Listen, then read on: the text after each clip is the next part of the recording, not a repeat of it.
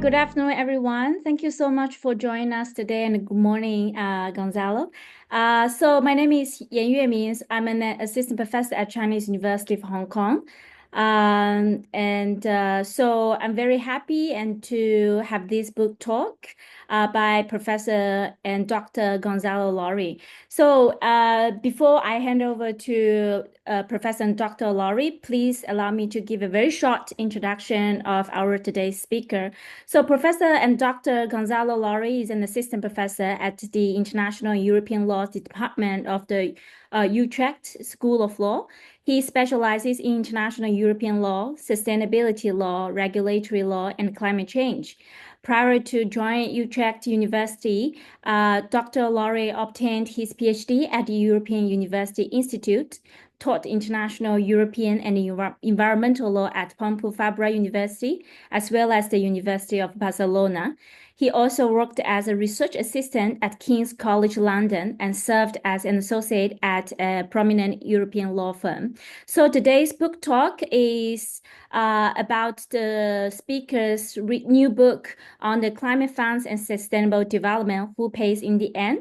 Congratulations, Gonzalo, for publishing this fantastic book, and we really look forward to your presentation. So to better organize today's seminar, given that we have a very large number of participants today, so we will collect the questions from the audience from the chat box.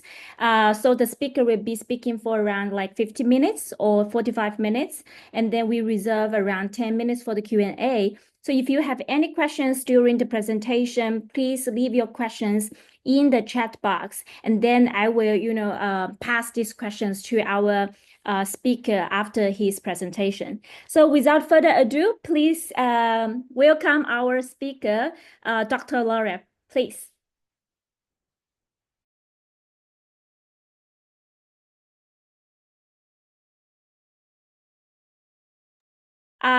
Gonzalo, you need to unmute. Okay. No. I'm struggling with some technical problems. Let me see if I can share now my slides. No, I'm not able. Could Cherry Wong please allow me to share my slides? Yes, now, perfect. Yes, thank you so much. Can you see the slides now? Yes, we can see the slides. It's great. Thank you. Lovely. Thank you, Assistant Professor Yu Mingyan. I'm delighted to present today's topic, which is very close to my heart, a topic that may shock you. And this is because this book talk will be about the negative impacts that climate funds have on human rights and the environment, where climate projects are implemented. And indeed, climate projects often lead to negative impacts on those who are supposed to benefit from them, making these vulnerable communities the ones who pay in the end the price of climate finance. And let me begin with an example that perhaps some of us can relate to. Now, imagine a doctor prescribing a very powerful medication to an ill patient, and on paper, this medication seems like a good solution to cure the patient. And even perhaps after taking the medication, the illness perhaps starts to improve. However, after a few weeks or even months, the patient may start experiencing some severe side effects, some unintended consequences that were not foreseen by the doctor. These side effects can sometimes cause more harm than the illness itself. So the same happens with climate finance. Well-intended climate projects like these powerful medication are meant to address global environmental issues. And yet, if we don't consider the specific needs and conditions and dynamics of local communities, these projects can cause social or environmental harm, side effects we don't expect. So consider, for instance, one of the climate funds projects that we will be studying today. The project was funded with over 7.5 million US dollars and was approved in 2015. And it was implemented in Tanzania, all right? The intention of the project was enhancing climate adaptation in some Tanzanian rural communities through the expansion of irrigation. However, the project placed insufficient attention on the distinct livelihoods and resource access of the two communities living in the area. And this has increased tension between the two groups, the local farmers on the one hand and the Maasai community on the other.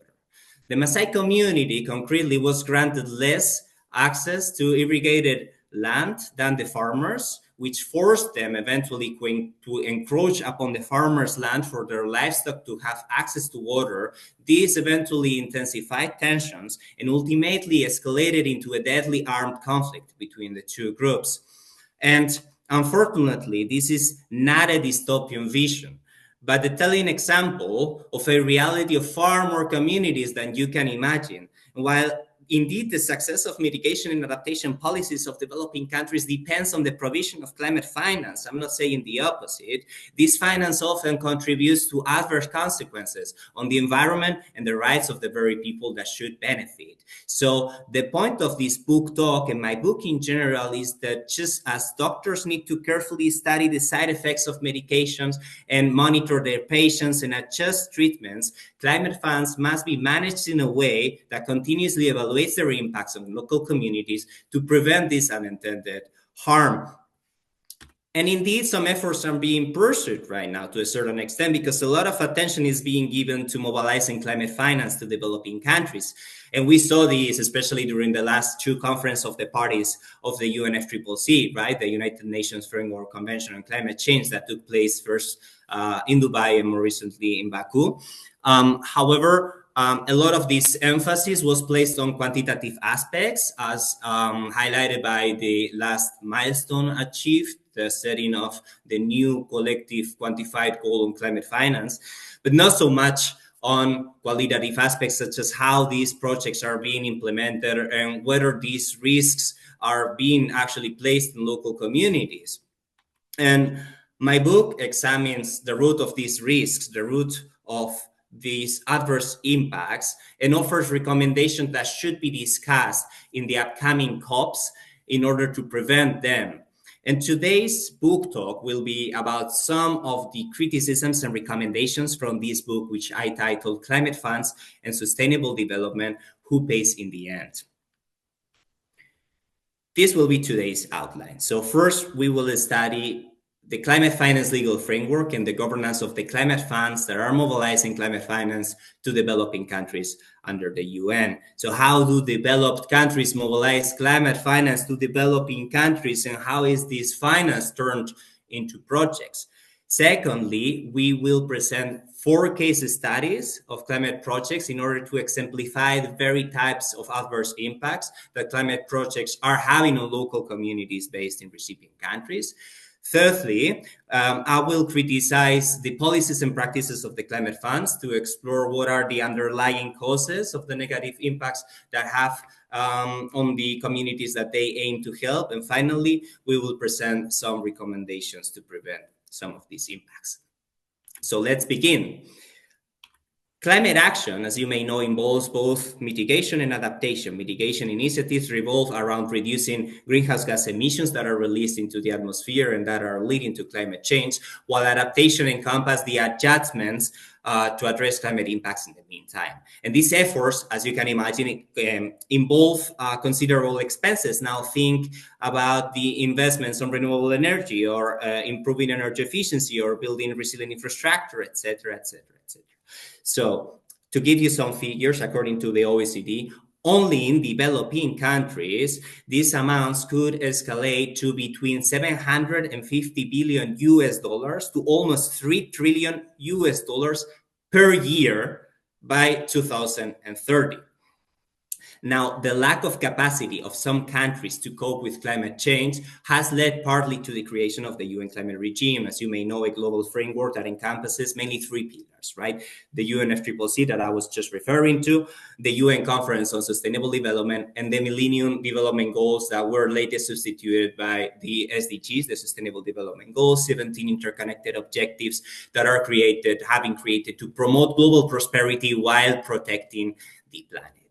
Now, these pillars are interconnected, right? SDG 13 is crucial for climate action, encapsulates several targets, including implementing an obligation, the obligation of developed countries to the UNFCCC to mobilize climate finance to developing countries that is established under the other one of the other 2 pillars. The UNFCCC, concretely Article 4.3 of the UNFCCC Convention and Article 9.1 of the Paris Agreement.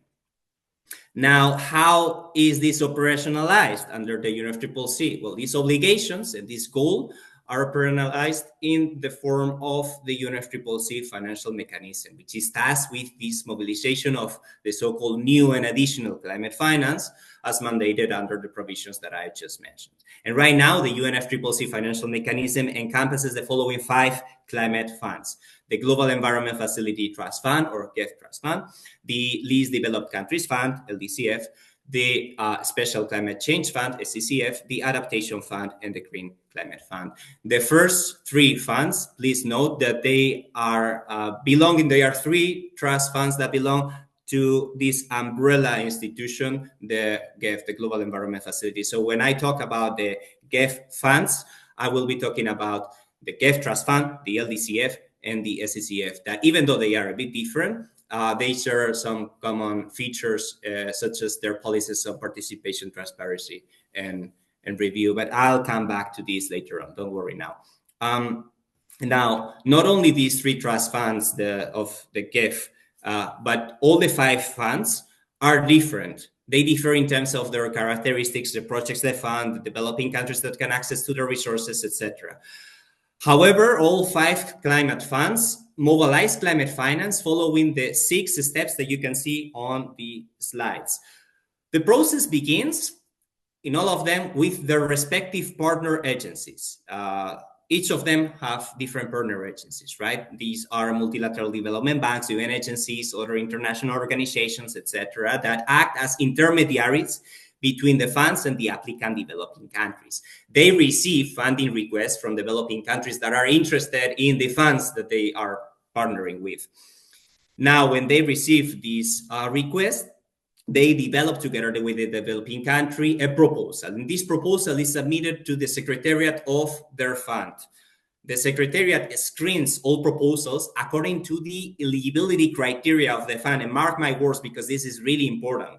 The eligibility criteria determines whether the fund proposal is ready for the ultimate consideration or not. Usually there is a back and forth movement between the secretariat and the partner agency, asking the first to the latter to review the proposal. And once the proposal is deemed as ready by the secretariat, it will be submitted to the decision-making organ of the fund. This is the board or the council. It depends on a specific fund.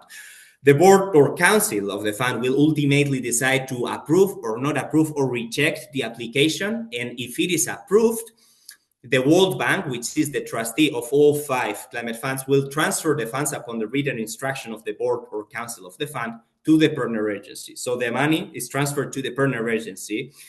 The project funding is released to the applicant country through the designated partner agency for the ultimate implementation at the local level at the end. So now I come back to what I was advancing before. Under this system, the ultimate quality and impact of the projects will depend on the standards set by the Climate Fund. The standards in the light of which the Secretariat reviews the proposals. And for instance, robust standards for transparency and local stakeholder participation in the project design will imply that only those projects consulting with a variety of local actors may be approved. And this can maximize the potential for alignment with local realities.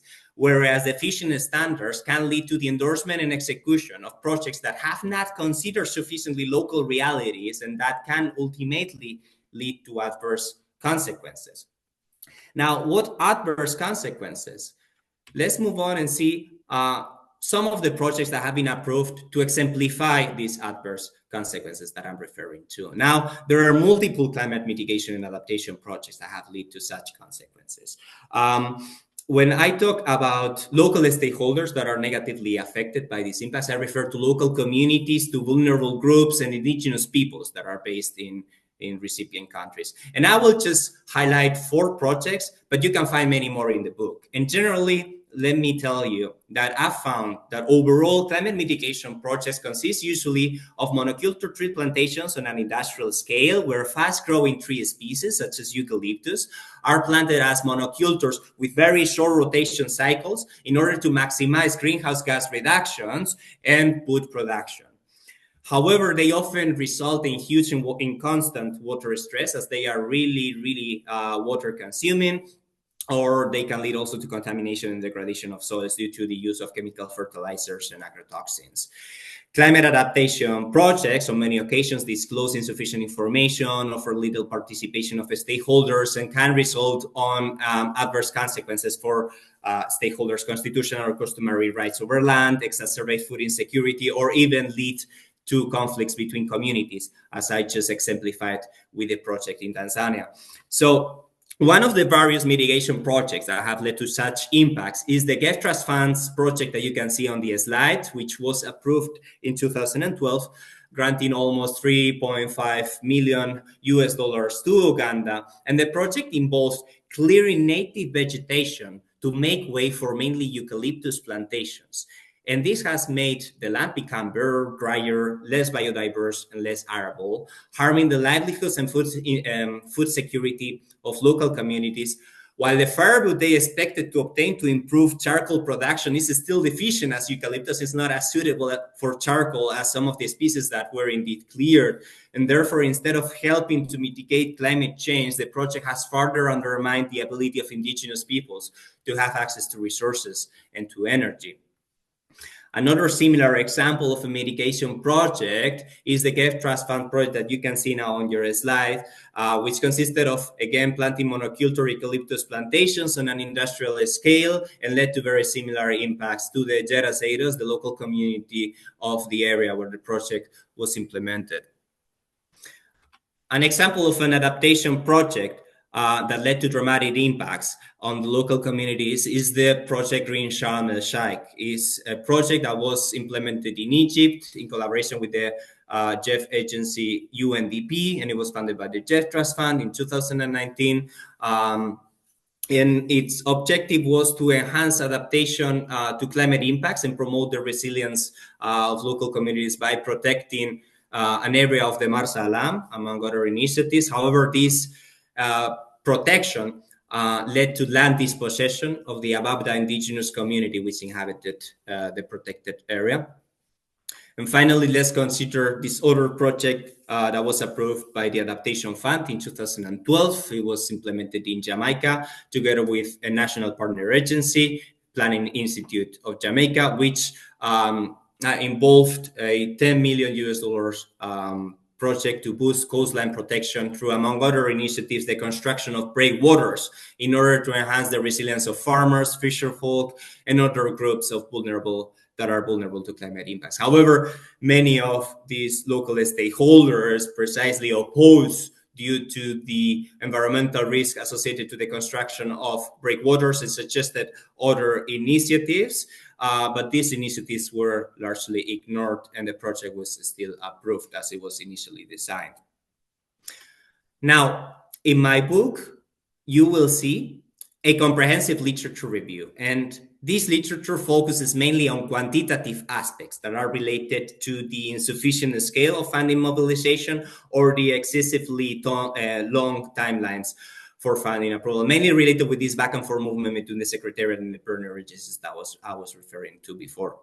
A few scholars, however, and CSOs have done some research regarding the sources of these negative impacts on local communities, which I clustered into three types of criticisms. Accountability-related criticisms. Some have criticized the responsiveness of the accountability mechanisms of the funds established to address negative impacts on local communities. We will talk about these accountability mechanisms later on. Secondly, participation-related criticisms. Some criticize the lack of a stakeholder consultation in project planning or their participation in the decision-making processes when projects are approved by the council support of the funds, as I was referring to during the resource allocation process scheme before. And finally, transparency-related criticisms. The literature has criticized the inadequate transparency of the funds towards local stakeholders. I have mainly four criticisms to this literature. First, the lack of consensus on the root causes of the negative impacts that the appropriate solutions. And this lack of consensus hinders the ability of policymakers to identify which are the most pressing issues and the most effective strategies to address them. Secondly, unclear definitions. It is uncertain when accountability mechanisms and stakeholder engagement or transparency of the climate funds can be considered as inadequate, and how this may affect local stakeholders' rights and the environment. Thirdly, incomplete definitions. So scholars do not exhaustively define all of the elements of this standard. So which stakeholder should have a right to participate, or how meaningful should their input be? What happens if one local stakeholder and only one is opposing to the project? Should the project be canceled? Or how much information should be disclosed to be deemed as sufficient?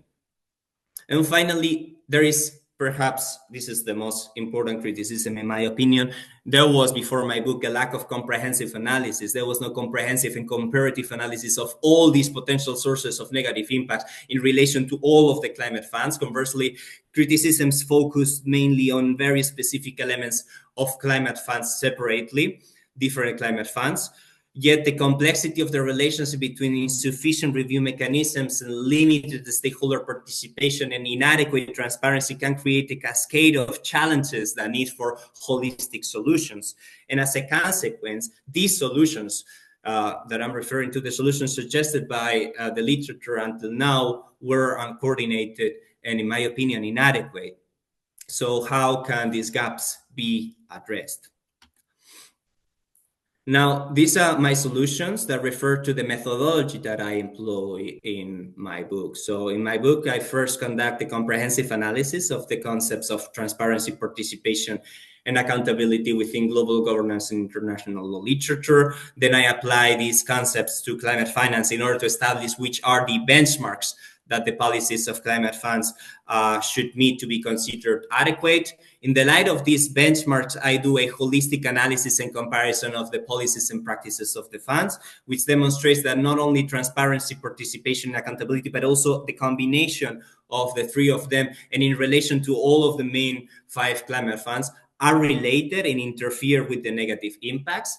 And finally, from a comparative analysis of the climate funds among themselves, and also with other multilateral development banks, I distill best practice policies and suggest, in the light of these practices, tailored recommendations that can address the criticisms that I highlight before in my book. Now, my analysis is very long and very detailed, but now I will offer a brief summary of my main conclusions here. And these are some of the examples. These are some examples of the elements that I assess. However, feel free to write down questions that you may have, because perhaps it's something that is analyzed in the book, but I decided to not talk about this here because of time constraints. Regarding participation, participation as applied to climate finance can be understood, and I define it as the engagement of local stakeholders, as I mentioned, local communities and vulnerable groups, indigenous peoples, in the resource allocation process of the funds, this process that I was showing to you that starts with the partner agencies developing this project proposal until the ultimate implementation, both during the project design and the decision making. This is the process of formally approving proposals in the board and council meetings. Now, depending on when participation occurs, if it is in the project design or the decision making, you can distill at least 2 types of participation. Now, we have first decisional participation, which pertains to the exercise of an active role by stakeholders as observers in the decision making, so representatives of affected or potentially affected stakeholders. And non-decisional participation, which involves consultation, meetings, facilitating information exchange, and notice and comment procedures during the process of project design. Notice and comment procedures relate to procedures through which a proposal is published somewhere accessible to all local stakeholders and is open to comment by them before it is ultimately approved. Now, in order to examine the adequacy or more generally to examine and evaluate the policies of the funds, there are at least 3 relevant dimensions that I consider that shall be analyzed. First, the range of people who should enjoy a right to participate. Second, the influence of their participation of these people. And third, the resources that they may require to facilitate an effective participation. Now, over these book talk, you will see how much I like tables. This first table summarizes some of the policies of each of the climate funds that I analyze in my book on stakeholder participation in each of the three dimensions of participation. Remember what I said before, right? When I talk about the GEF funds, I refer to the GEF Trust Fund, the LDCF, and SCCF, which have the same policies in participation. Now, the table shows that all climate funds have established non-decisional and decisional participation-related policies, also policies on the influence of this participation and on resources. Let me highlight the best practice policies and go into them. So regarding the GEF funds, they offer best practice policies on all three dimensions of participation. Regarding the range of participation, their definition of local stakeholders includes not only potentially affected individuals, but also those individuals having an interest. So it's a quite broad definition. Local stakeholders are allowed to propose their own projects regarding the influence of participation. And as for the resources, the travel costs of the representatives to participate in the council meetings are fully covered. Regarding the adaptation fund, it is the only fund that offers the notice and comment procedure that I was referring to just now. It also offers an unlimited number of representatives that can act as observers at the adaptation fund board meetings. And the adaptation fund also establishes consultation procedures for any changes that the proposals may undergo. And finally, the Green Climate Fund offers a very broad or broader definition of indigenous peoples as compared to the other funds, because it also includes potentially affected individuals. Observers may be allowed to participate in closed sessions after signing a confidentiality agreement, and indigenous peoples may carry on their own deliberative processes before consenting to a project or program. Now, while these policies do appear to offer local stakeholders the opportunity to engage and have an influence on the projects and programs to a certain extent, they are imperfect. And I argue in my book that this is what leads to, or partly leads to, some of the impacts that we are seeing on local communities. Regarding the range of participation, while proposals must identify and present evidence of consultation of all stakeholders for the fund secretariat to scrutinize for approval, in practice, this is not always done. And I show some examples in the book where this didn't happen.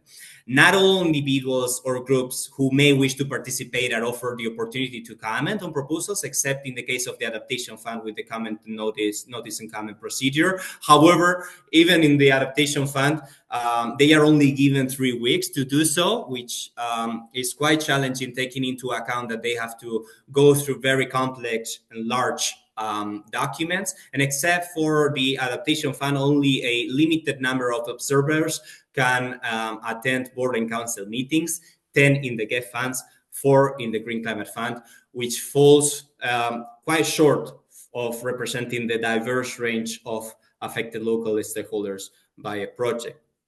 As for the influence of participation, well, the FPIC policies, so the free, prior, and informed consent policies, only require the consent of a majority, are weak in the GEF funds and absent in the adaptation fund. Besides the adaptation fund, the funds do not offer additional consultation processes when proposals undergo changes. This means that the ultimate version of the project that is approved may not have been consulted.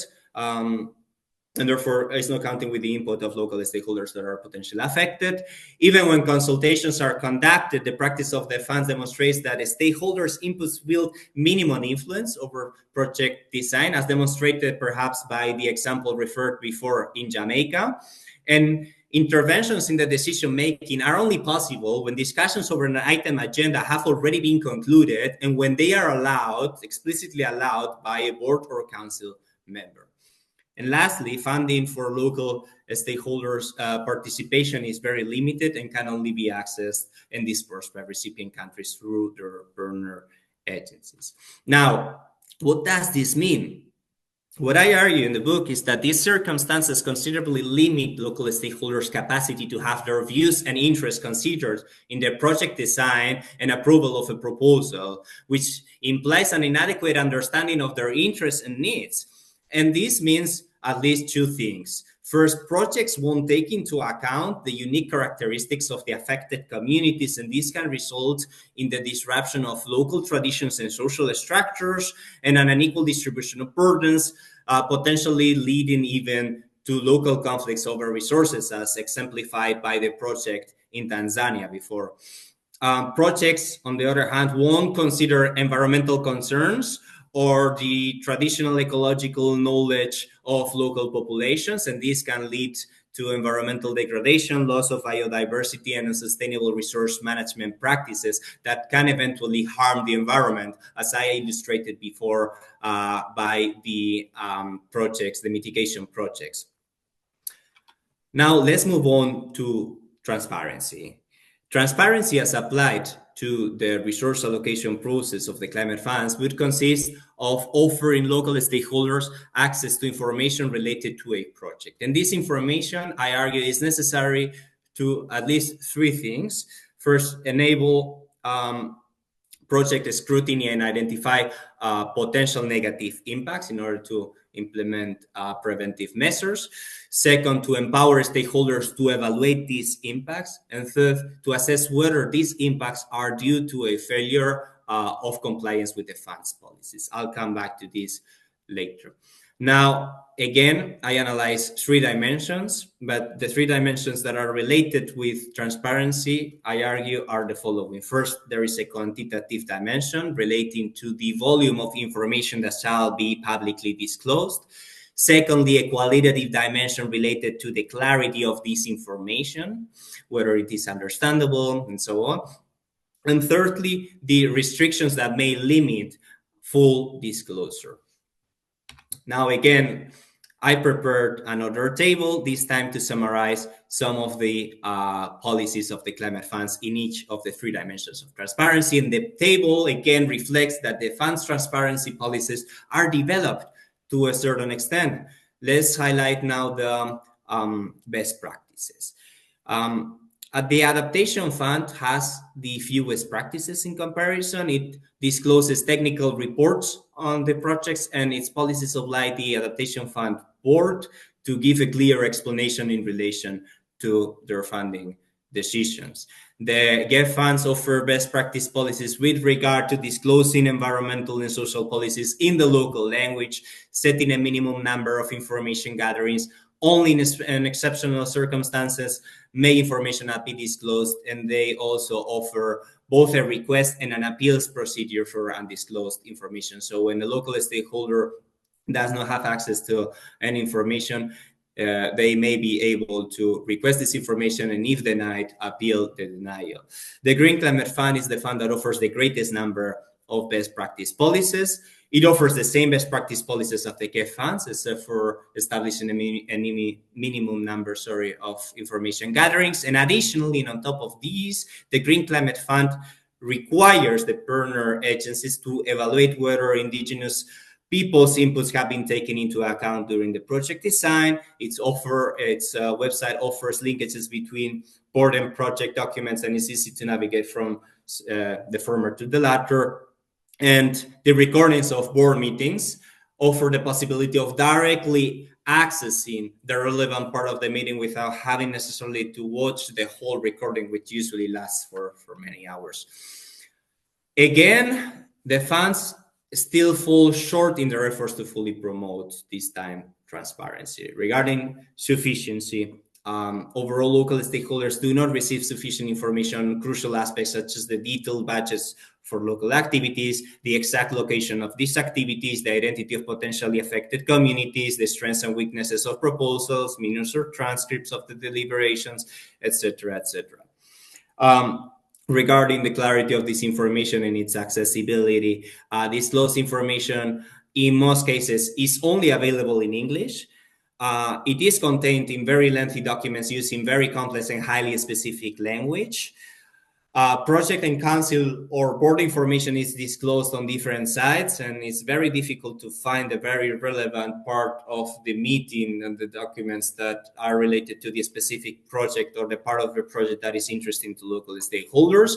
And while there are recordings, these last, as I was advancing, for many hours, and except from the Green Climate Fund, the others do not allow any tools to navigate and go to the specific part of the meeting that may be interesting, forcing local stakeholders to go through the whole recording, which, as I said, lasts for many hours.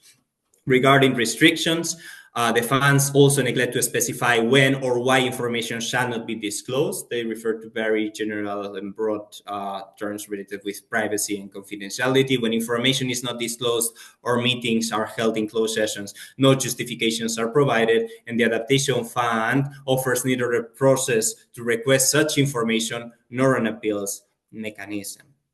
So now, what does this imply?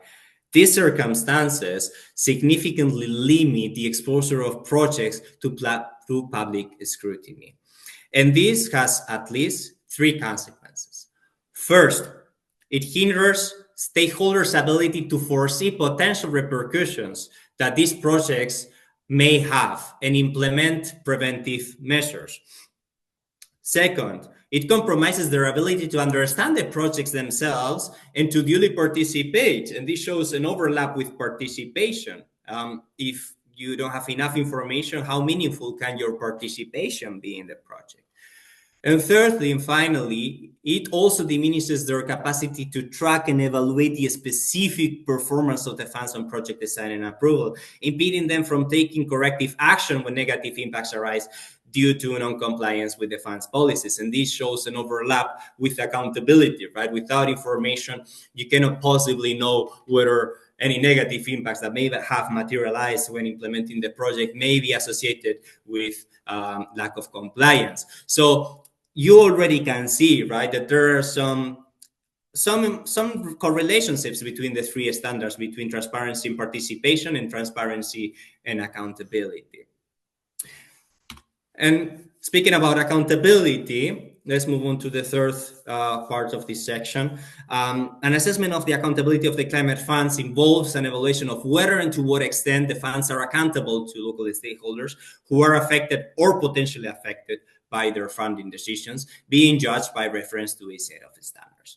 Now, the most conventional accountability mechanism, as you know, legal scholars, is legal accountability, which arises when the conduct of an actor, the account giver, is evaluated by reference to legal standards. The account holder may come in the form of a court, a tribunal, or very relevantly for my book, a review body, which is empowered to impose on the account giver a sanction when the account giver's conduct is found unlawful according to these legal standards.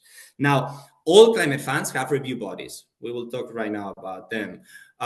These review bodies can potentially be considered as accountability mechanisms, and they offer two distinct types of procedures when reviewing complaints. The first procedure is a problem-solving procedure, as I call it, which aims to assist parties with a conflict in finding a mutual acceptable solution. What I argue is that this does not amount to a legal accountability procedure, strictly speaking, and this is because it doesn't permit local stakeholders to call the funds to justify their conduct in the light of their norms and standards. However, I argue that this can still have positive effects in terms of enhancing accountability for at least two reasons. The first one is that it enables local stakeholders to have a decision reviewed by an independent body. And secondly, complaints are made publicly available, and local stakeholders can collectively organize and apply pressure, which makes hard for the funds to ignore the alleged adverse effects as long as these are public and there is a collective applying pressure. The second procedure is the compliance review procedure, and it consists of an investigation of a complaint to scrutinize the fund's actions in the light of established standards. They may end up with a report or with recommendations of remedies. And they are legal accountability procedures as they determine the existence or scope of the norms and standards to which the fund is obliged and offer stakeholders access to resolve their complaints. Now, as I did with the previous two standards, I look at three dimensions. This time, the dimensions that I look at are first, the legal status of decisions, if they are binding and enforceable. Secondly, the accessibility of review mechanisms by individuals, if they are directly accessible or they have to exhaust other remedies beforehand. And third, the substantive assessment regarding the type of complaints subject to review. Again, we have another table, surprise, surprise. And well, let me first clarify that although they are significantly different, all funds include review mechanisms at the fund level to handle complaints from local stakeholders. In the GEF funds, all three GEF funds that I analyze have the Conflict Resolution Commissioner, or CRC. In the Adaptation Fund, there is the Ad hoc Complaints Handling Mechanism, or ACHM. And in the Green Climate Fund, there is the Independent Redress Mechanism, or IRM. The table summarizes the characteristics regarding the legal status of decisions, their accessibility, and the types of assessments they may conduct. And now, as we can see highlighted in the slides, all best practices identified on accountability mechanisms of the climate funds can be found mainly in the IRM of the Green Climate Fund, except for the fact that complaints can also be submitted in any language in the CRC as well. But on top of that, in the IRM, stakeholders can request both types of procedures, the problem solving and the compliance review procedure. Moreover, agreements resulting from the problem solving procedure must respect the Green Climate Fund's internal norms. Local stakeholders can directly access the IRM without exhausting other mechanisms beforehand, and they have 2 years from the time they first became aware of the negative impacts, or 2 years from the closure of the project. And finally, the IRM is the only review mechanism offering a self-initiation modality.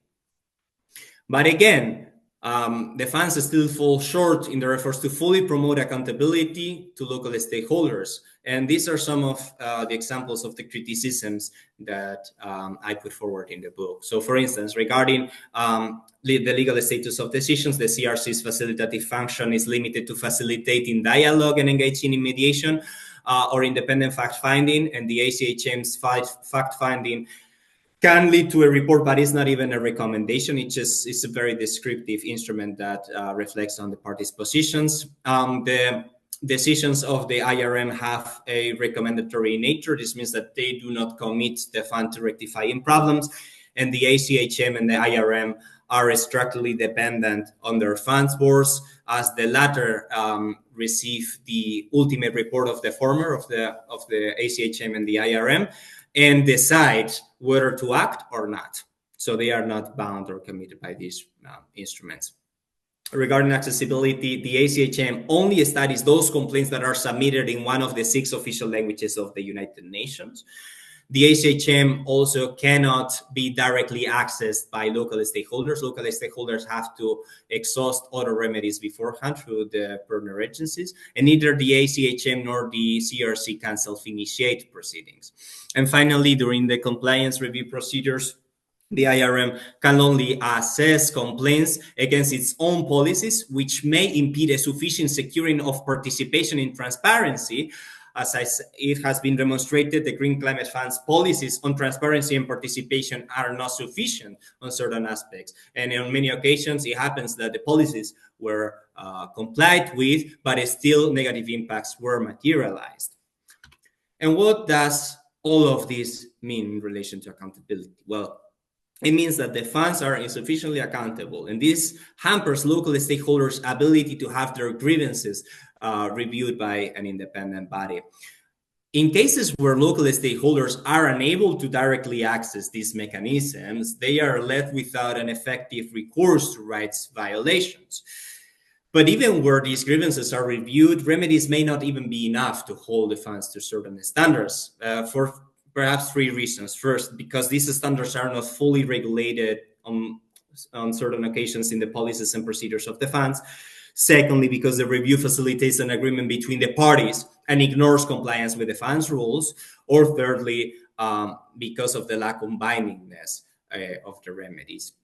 Consequently, when adverse impacts manifest, these deficiencies serve as a barrier to effectively address and rectify the damages leading to the solidification of these negative consequences. Now, I'll move on to the recommendations, and I see that I am perhaps going to exhaust a bit the time that I was allocated, and this is indeed a book talk and not a book monologue, so I want to leave some room for comments and questions. So I will go through the recommendations a bit quicker than before, but yeah, it was very necessary for me, I think, to go really deeply into what I just said. So apologize for that, and feel free, please, to pose any questions regarding the recommendations, and I will develop further during the Q&A session. So another table. This table reflects the best practice policies of the funds. And in the light of these best practice policies and also the best practice policies of other multilateral development banks, I came up with these recommendations. Okay, so these recommendations are not just utopic recommendations, they are based on existing practices of either the climate funds themselves or other climate funds. And in the light of these practices, these are some examples of my recommendations. There are even more in the book. So, for instance, regarding the range of participation, notice and comment procedures should be offered in the every fund. With time limits that are longer than 3 weeks, because 3 weeks is not enough to go through the whole documents, and sometimes they are not even notified that this has been uploaded. So even the 3 weeks may in reality be 1 or even less.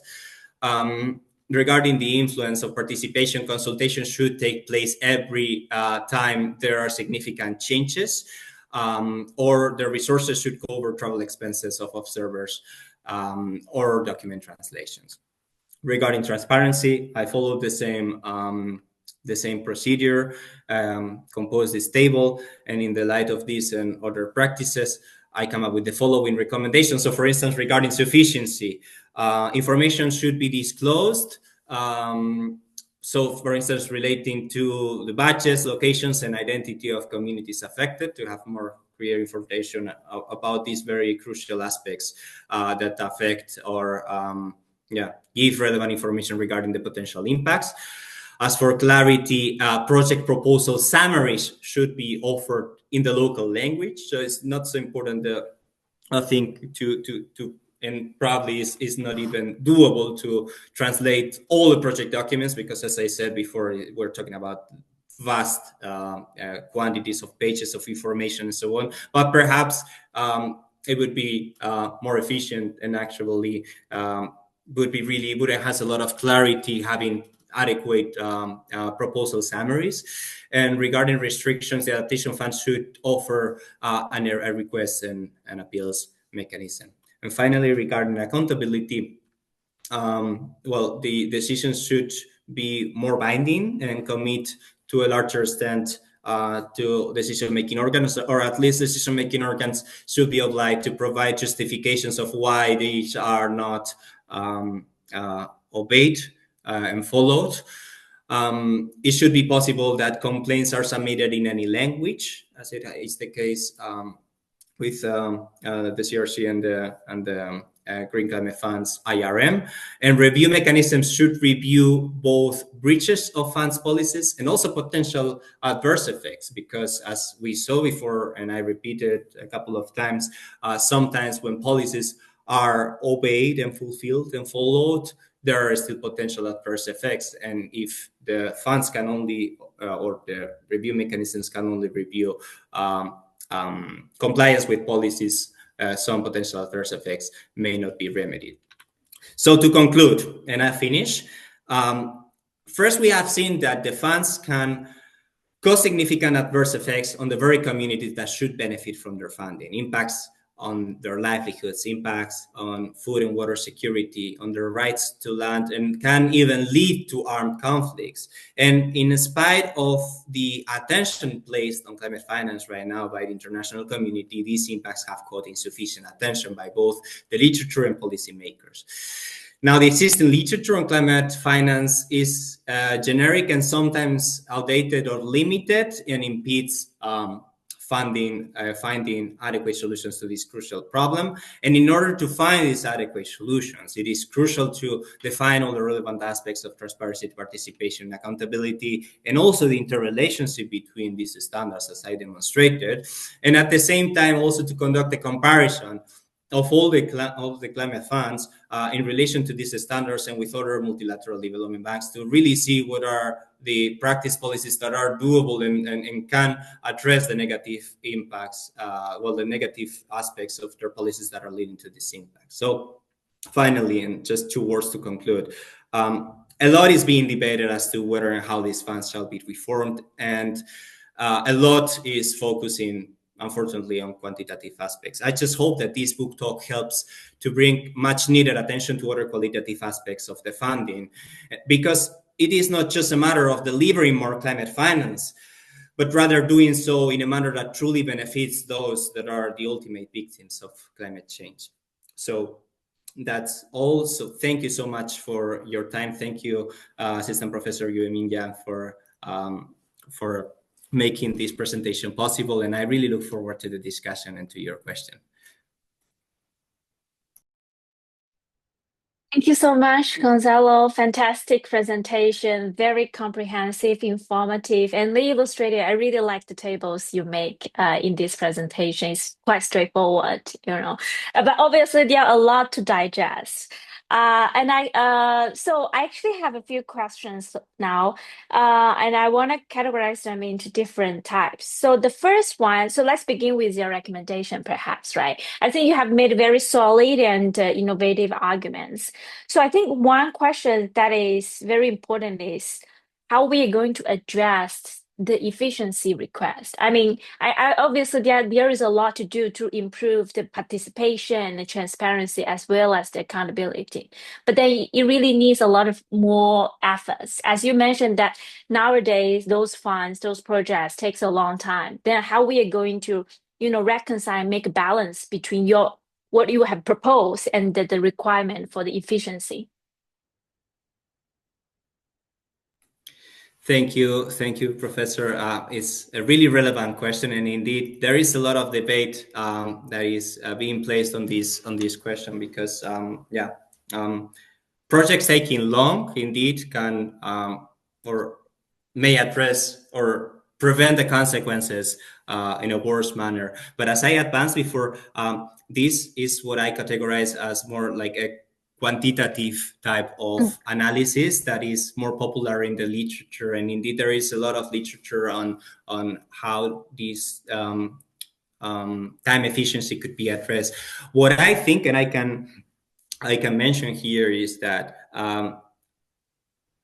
a lot is related with the back and forth movement between the partner agency and the Secretariat. I think that if more clear guidelines regarding how proposals should be elaborated, and the partner agencies, when being accredited as partner agencies, had a more exhaustive training, let's say, in order to see how proposals should be developed, maybe the first versions of these proposals could be perhaps more advanced, and therefore contain less gaps that then the Secretariat is going to highlight. Because if the Secretariat screens, and it takes time to screen the proposal and then highlights and brings this proposal back to the partner agency, you are losing a lot of time that could be perhaps addressed with a more elaborated and better developed proposal.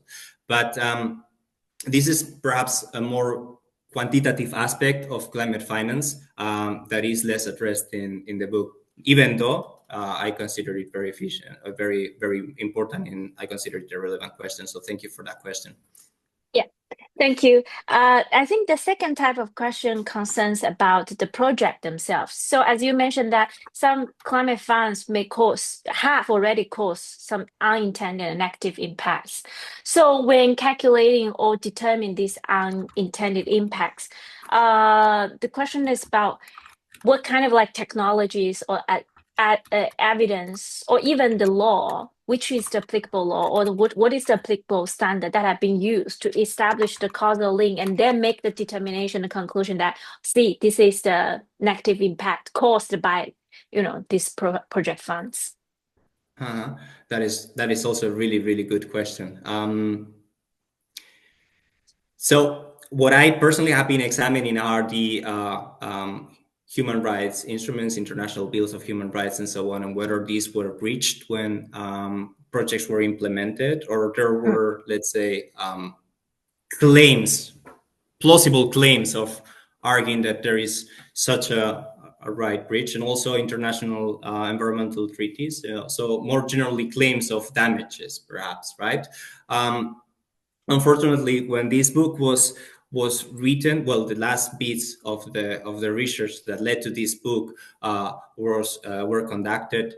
It was during COVID times, so it was well, impossible or very difficult, at least, to travel to the places where these mm, yeah, projects were implemented. So I yeah, relied on yeah. interviews of local stakeholders, CSOs, and so on. But yeah, overall, there were these claims of potential negative impacts of these rights and environmental related goods protected being materialized. Yeah, thank you. And the third type of question concerns the inter-institution cooperations. So I understand that, as you argue for like accountability, uh, so the question, I was actually wondering if there is any, let's say like corporations or the lessons that we can learn from other international organizations in terms of helping the developing countries or in the area of international environmental law. I mean, because I recall that I attended a seminar like in January or in December, which is about the World Bank's corruption mechanism. Because to my I have this sense that perhaps in the implementation of this kind of funds, like corruption or some other, bribery may not be avoided like so efficiently or fully.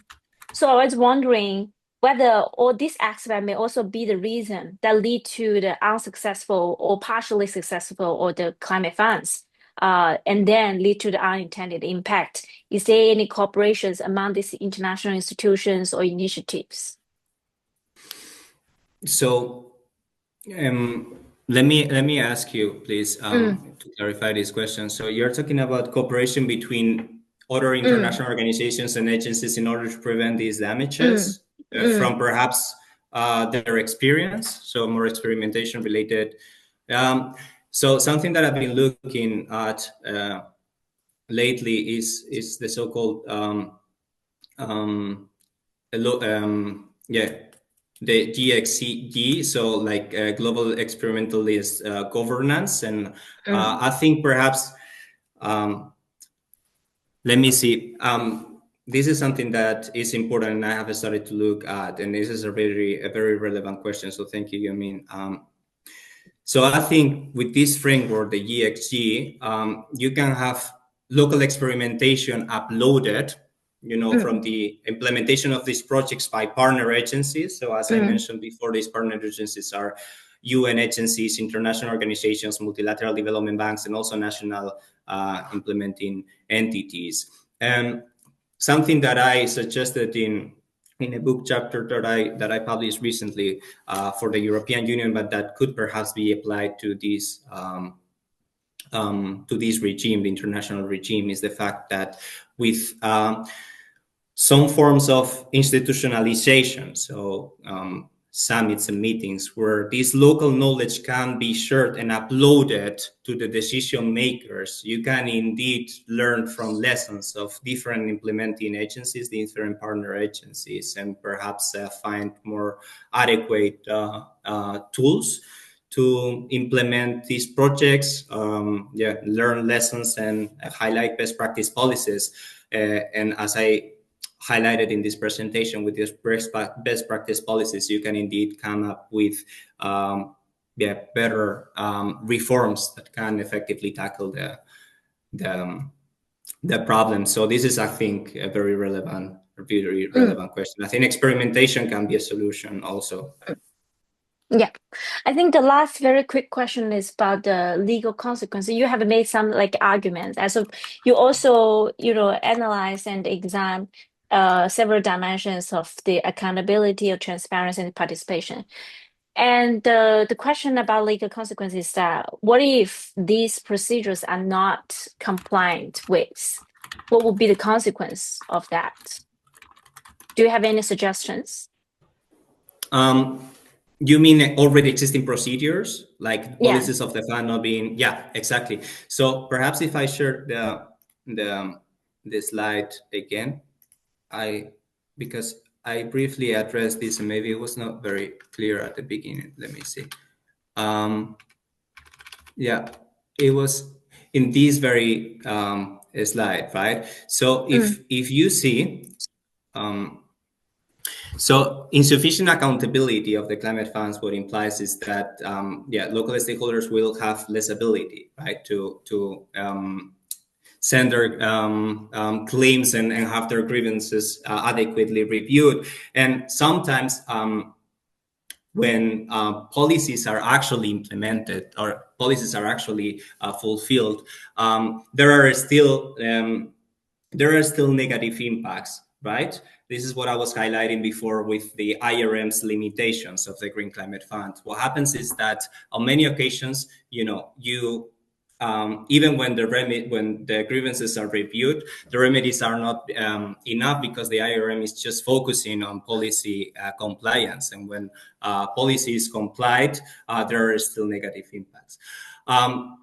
The other thing that can happen is that even when the policies are not complied, and you have the IRM coming up with a report highlighting that there has been lack of observance of the policies, as this report is not binding, what happens is that the fund's decision-making organ, in this case the Green Climate Fund Board, is free to determine whether these measures will be implemented or not, the measures suggested by the IRM. So this is why I was highlighting afterwards,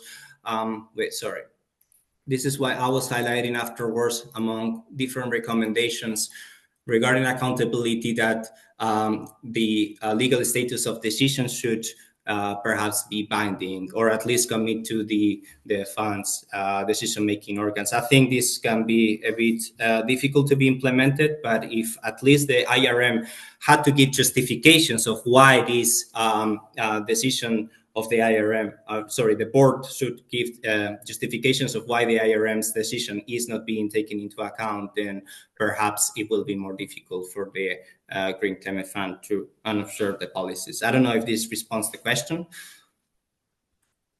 yes.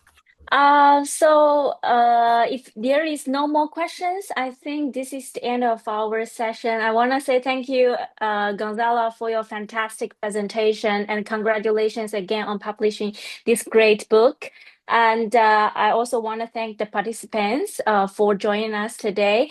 Unfortunately, we have to stop here, but I hope that we can continue our conversation, which are very important topic, right, after the seminar. So feel free to reach out to our speaker, Professor and Dr. Gonzalo Larrea if you have any questions regarding this book or the similar topics.